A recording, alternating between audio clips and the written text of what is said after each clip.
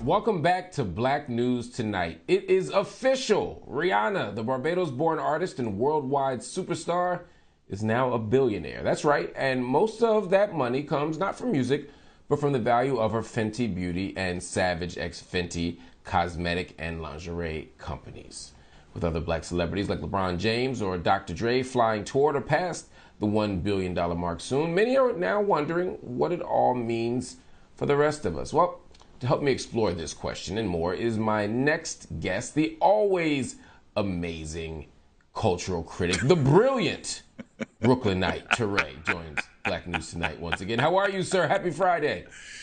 Hey, man, I'm happy to have 4 more years of Kevin Durant on the Brooklyn Nets. You're going to have 4 more years of Ben Simmons with Philly. Good luck with that, sir.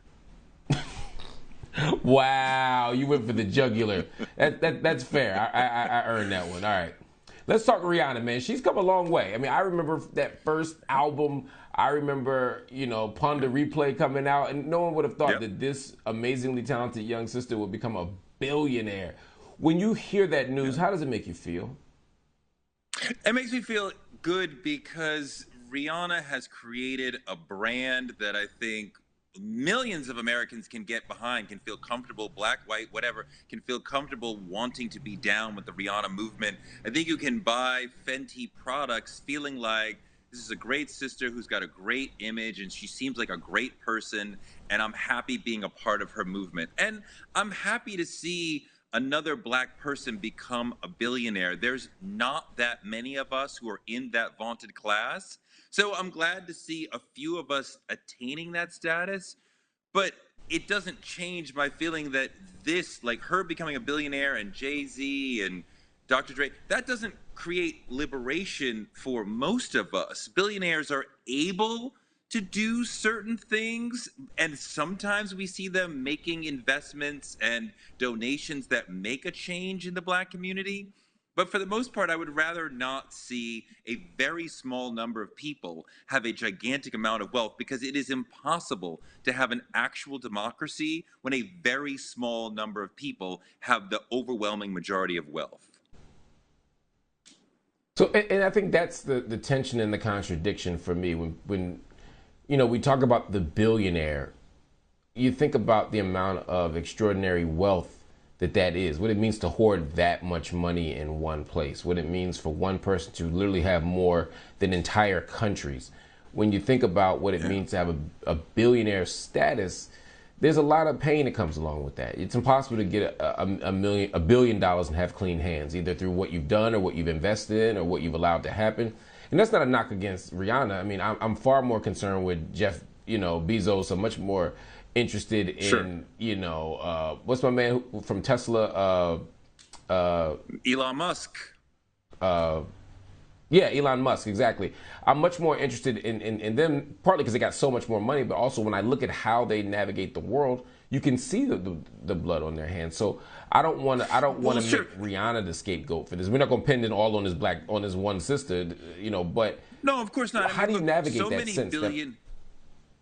Well, so many billionaires come from inherited wealth, right? Jeff Bezos was able to get a $250,000 loan from his parents, right? Elon Musk's parents were millionaires long before he became a billionaire. When we talk about Oprah and Jay-Z and Rihanna, they do not come from money. So I'm happy to see them able to ascend in class. But I think one of the core promises of America is that you can ascend in class, and current America, it is nearly impossible to ascend in class. The overwhelming majority of Americans will spend their life in the class that their father was born into. Partly because there's so much power that the wealthy can have over the political system in terms of shaping how they make money and how they can evade taxes. You think about the billions, and I think it's trillions, that Apple has overseas, that many other companies have overseas. We think about sort of the estate taxes where they can pass their wealth on to their children without paying capital gains. There's so many ways that they're able to manipulate the financial system and the way they're able to give to political candidates, and will give to candidates on both sides of the aisle, so that they're controlling both sides of the conversation.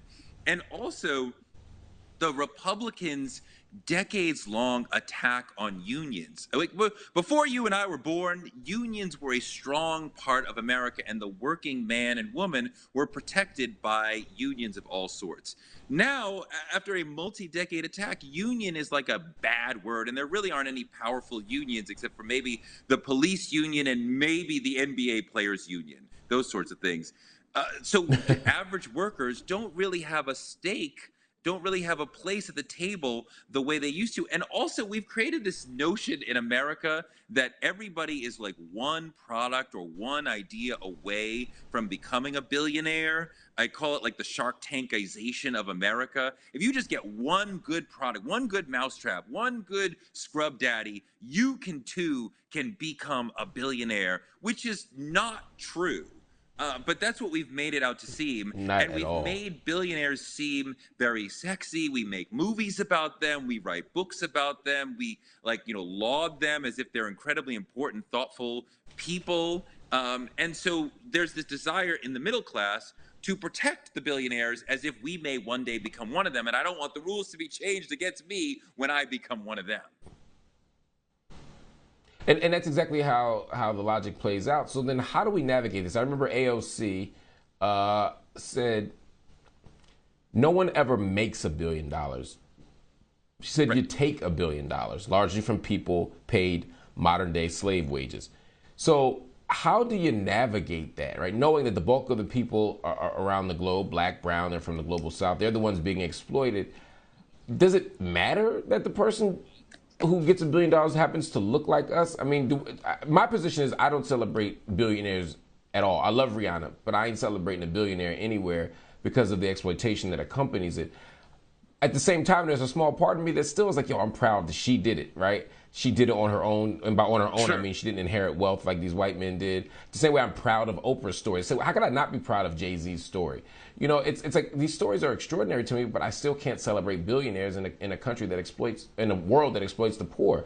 How do you, in the minute I have left, navigate that tension?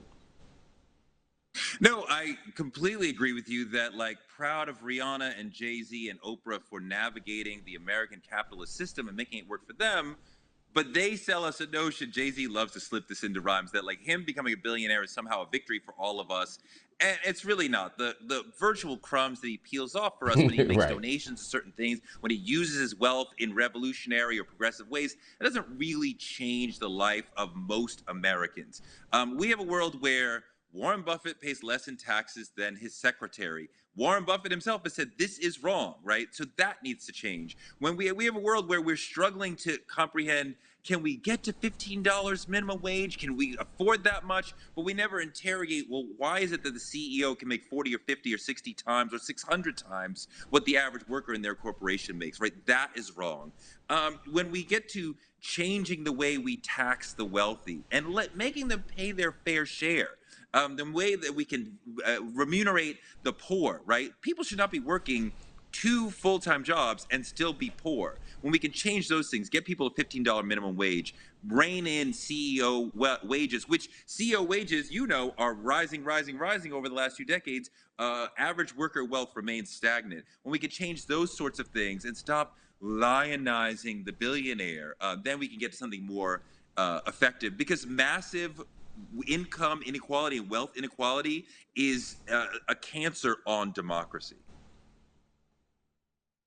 Wow. Those are some fancy words you used there, sir. You using them books behind you very well. I agree with everything you said.